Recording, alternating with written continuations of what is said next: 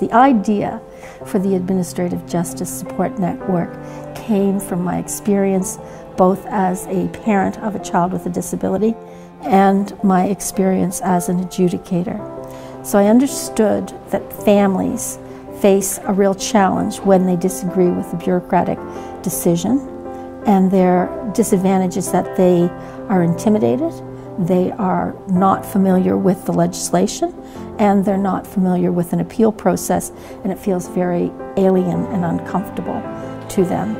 And as an adjudicator, I could see that when people came before a tribunal that I sat on, they would come with their story, but they very often didn't address the legislation.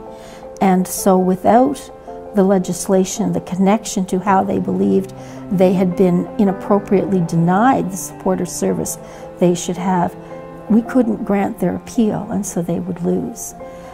So I observed this over and over again, and I came up with the notion that I needed, or there needed to be a way to provide the information succinctly and directly and clearly, and then a way for the families to be supported to go through this process. So I took the idea to one of my colleagues, who happened to be Dean of Law at Osgoode Hall, Lawrence Sawson, and he was very encouraging and very excited and very helpful.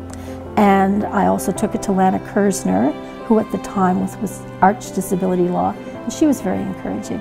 So we went ahead, and they were helpful to get a grant from the Law Foundation of Ontario.